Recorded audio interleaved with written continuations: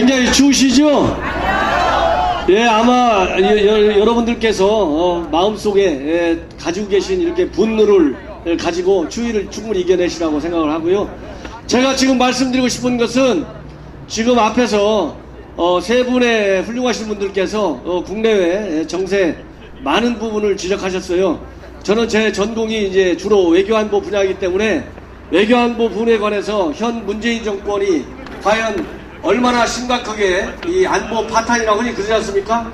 이 안보를 무너뜨렸는지 여러분들께서는 충분히 잘 아시라고 믿고, 그러한 사례를 제가 하나씩 말씀드리는 것은 생략하고, 쉽게 얘기해서요, 그냥 쇼에서 시작해서 쇼로 끝나가는 지금 정권이다, 이런 취지하에 어떤 쇼를 벌이고 있는지를 다시 한번 여러분들께 말씀을 드리겠습니다. 왜냐하면 여러분들 제가 유튜브 하시는 거 다 아시죠? 제 유튜브를 많이 보시는 것 같은데요. 여기 와보니까 그 자세한 그런 이 이슈별로 이건 잘 아실 거 같고, 저는 사실 공직에만 있었기 때문에 이런 쇼라든가 이런 거를 이렇게 정말 자유민주주의를 살아가시는 여러 시민들 앞에서 제가 솔직히 쓰고 싶지 않습니다. 그런데 제가 현재 문재인 정권이 출범한 지 이제 2년 반이 넘었지 않습니까? 그런데 이걸 달리 설명할 방법이 없어요. 결국은 그래서 제가 쇼라는 단어를 써서 여러분들께 얼마나 이 안보 파탄의 실제가 정말 무서운 것인지 다시 말씀드리고 싶습니다. 제가 보기에 문재인 정권이 지난 2년 반 이상 동안 이 외교안보 분야에서 말하자면 만들어낸 쇼, 크게 얘기하면 세 가지로 압축할 수 있다고 저는 생각합니다. 첫 번째는 여러분들 잘 아시죠? 비핵화. 아시죠? 비핵화는 한반도의 비핵화가 아니고 북한 김정은이가 가지고 있는 핵을 없애는 게 맞죠?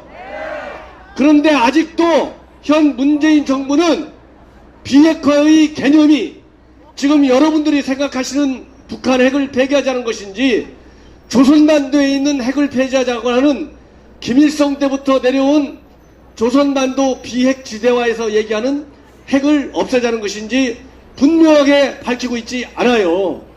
바로 여기에서 비핵화의 시효가 시작됐다.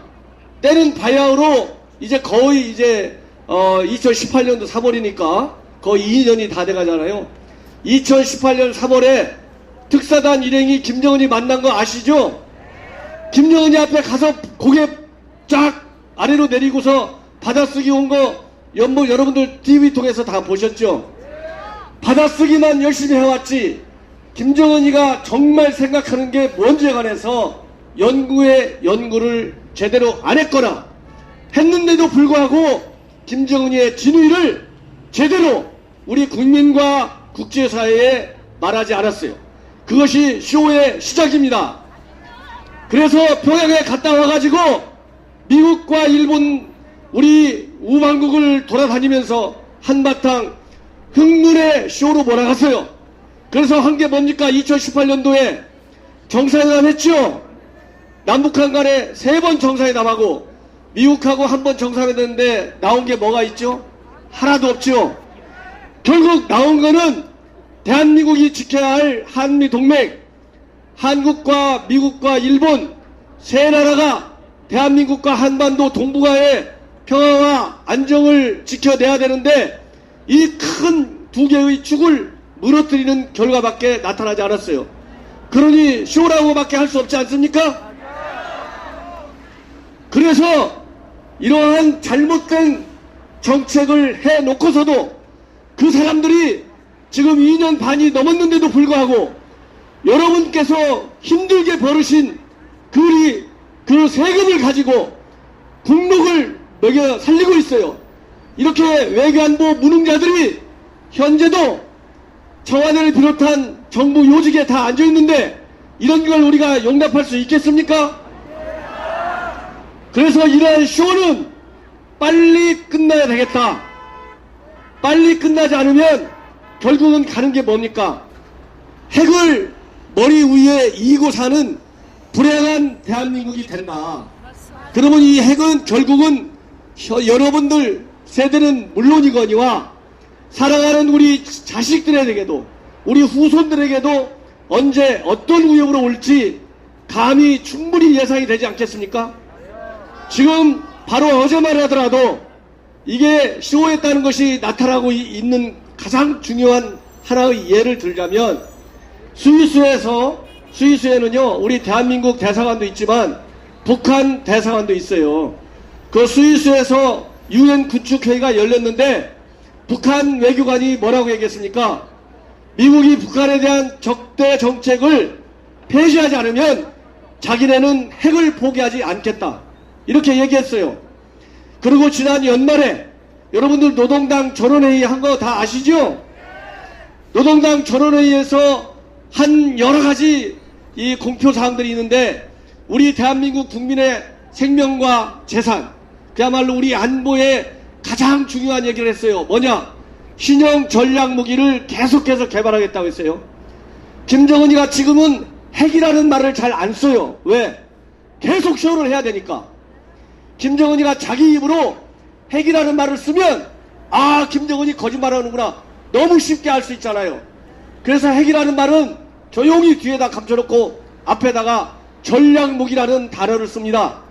그래서 김정은이가 지난 연말에 노동당 전원회의에서 핵무기라는 말 대신에 신형 전략무기를 계속 개발하겠다. 이게 바로 핵무기 고도화 작업을 계속하겠다는 말이에요. 그러니까 핵무기 하면 우리 한국에 대해서 쏘는 거는 이미 다 가지고 있는데 미국 본토에 날릴 수 있는 핵무기가 0.1%가 모자라요. 이 0.1% 모자라는 거를 채우겠다는 얘기입니다. 그래서 한국과 미국을 동시에 핵무기로 그야말로 핵 불바다를 만들겠다는 그들의 전략대로 가고 있다. 이걸 발표했고 두 번째로 이제 무서운 얘기는 바로 뭐냐? 중격적인 행동을 하겠다 이렇게 얘기했어요. 그러면 이 흔히 우리 전문가라고 하는 사람들이 중격적인 행동이라고 하는 것이 마치 미국한테만 하는 것처럼 그렇게 해석하려 들고 있어요. 물론 문맥상으로 보면 미국한테 하는 얘기지만 여러분들 한국과 미국은 동맹입니까? 아닙니까? 동맹이죠? 이거 추우신가 봐요. 목소리가 잘 안 들려요. 동맹이 맞으면 박수 한번 쳐보세요. 아유 감사합니다. 동맹입니다. 미국에게 위협이 되는 전략 무기는 결국 한국에 대해서도 위협이 되는 거예요. 동맹이라고 하는 것은 나를 때리면 너도 때린다. 그래서 미국에 대한 핵무기 위협은 한국에 대한 핵무기 위협이고 한국에 대한 핵무기 위협은 미국에 대한 핵무기 위협도 동시에 되는 겁니다.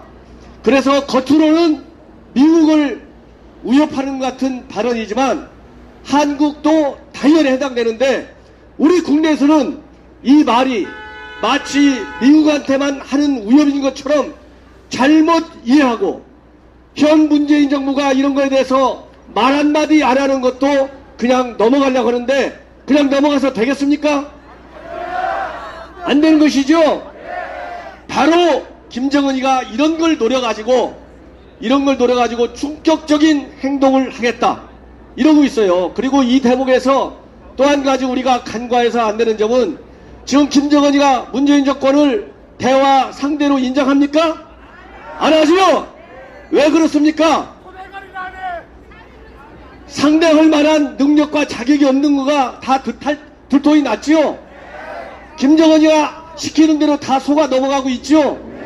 그러니까 아예 상대할 자격도 없는 그런 정권으로 김정은이는 보고 있고 그렇게 실질적으로 김정은이는 계속해서 주장해 대고 있는데 이렇게 김정은이가 현 정권을 무시하고 있는데도 불구하고 현 정권은 말 한마디 못하고 있죠? 이런 정권 우리가 그냥 둬서는 안 되겠죠? 그래서 우리 애국 시민들이 하나가 돼가지고 김정은이가 계속해서 지금 벌이고 있는 비핵화의 쇼를 반드시 막아내야 됩니다. 맞으면 박수 한번 쳐주시죠. 자, 두 번째는요.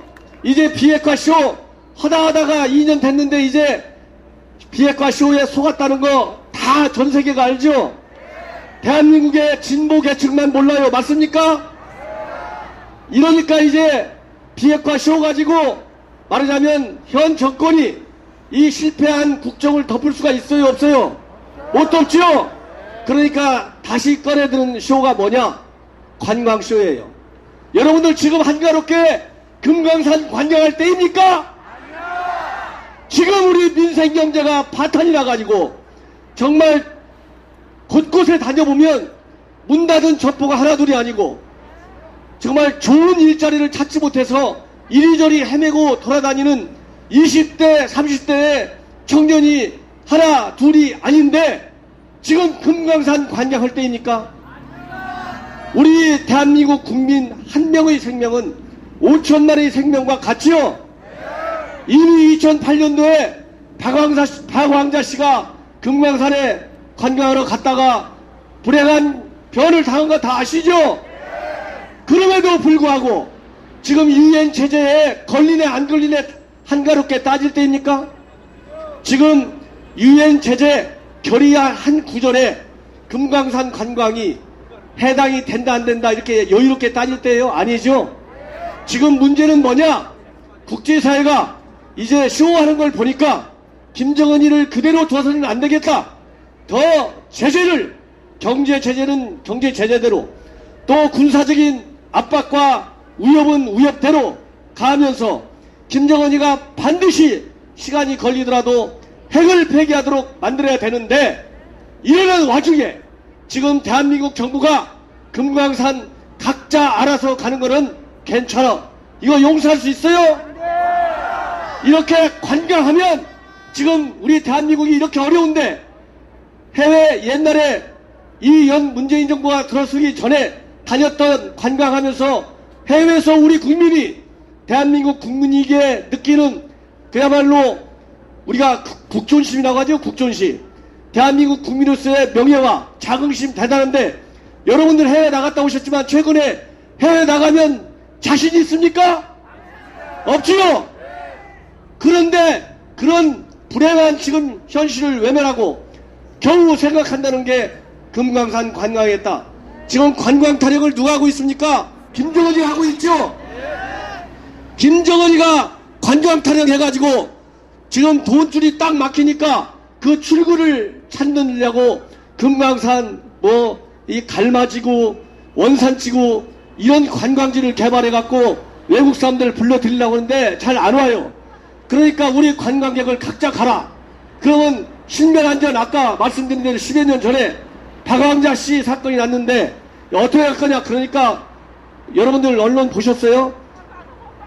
북한에 우리 국민들을 데리고 가는 관광 여행사에서 현지 안대원들이 조심해라 이렇게 얘기하면 된답니다. 이거 말이 됩니까? 이런 관광으로 지금 쇼를 해서 지금 실패한 무너진 경제 파탄도 막아내고 외교 안보의 파탄도 막아내려고 애를 쓰는 것 같아요. 그 다음에 세 번째 또 쇼를 하려고 해요. 뭐냐? 올림픽 쇼입니다. 여러분들 2032년 얼마 남았습니까? 12년 남았죠? 12년 금방 내 가는 것 같지만 따지고 오면 오래 갈 수 있어요. 이렇게 말도 안 되는 2032년 올림픽을 남북이 같이 하겠다. 국제정치는 현실이지 이상이 아닙니다. 현 정권이 왜 외교안보가 무너집니까? 현실을 무시하고 꿈에만 가득 차가지고 외교안보 정책을 하니까 실패하는 거 아니겠어요? 지금 김정은이가 작년에 남북 월드컵 우리 축구팀 올라갔는데 어떻게 했어요? 구경꾼 한 명이라도 있었나요? 전 세계 월드컵 역사에 새로운 신기록을 만들어낸 김정은인데, 그리고 이번 여름에 도쿄올림픽 단일팀 구성하자는데 김정은이가 응할 것 같습니까? 그리고 김정은이가 아까도 말씀드렸지만 핵을 포기하냐고요? 안 하죠? 그리고 김정은이 경제가 지금 최근 몇 년간 마이너스 4%, 5%, 마이너스 3% 계속 빠지고 있어요.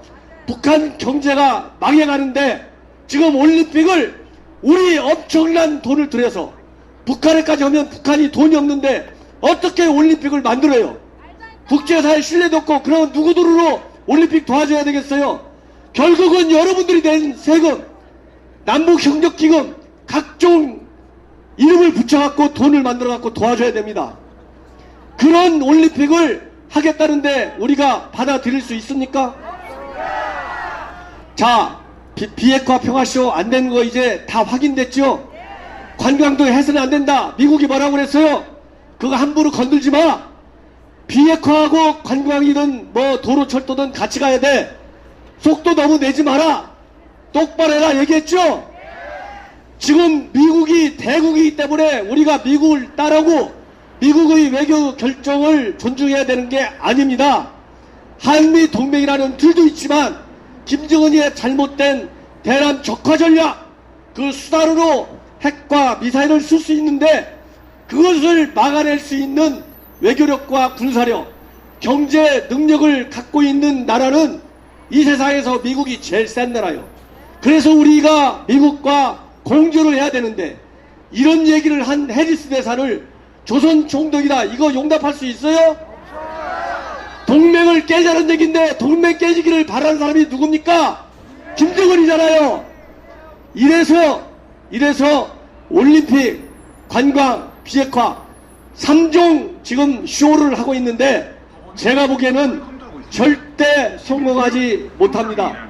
그리고 성공하지 못하는 것이 확실하기 때문에 현 문재인 정부가 갖고 있는 외교안보 정책의 뿌리서부터 완전히 바꿔내도록 우리 애국 세력 여러분들이 모두 하나가 돼서 뭉쳐서 계속해서 우리 장기표 대표님 같이 이런 집회를 통해서라도 압박을 가해야 된다고 생각합니다. 동의하십니까? 그래서 제가 이 자리에 섰습니다.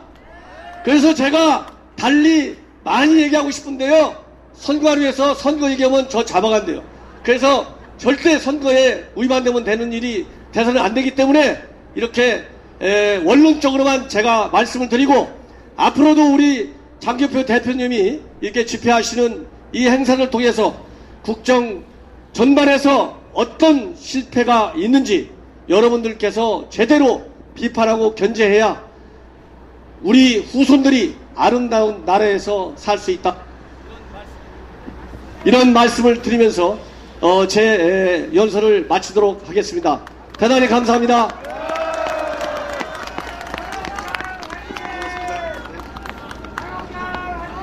예, 대단히 고맙습니다. 연호하면은 선거법 때문에 안 된답니다.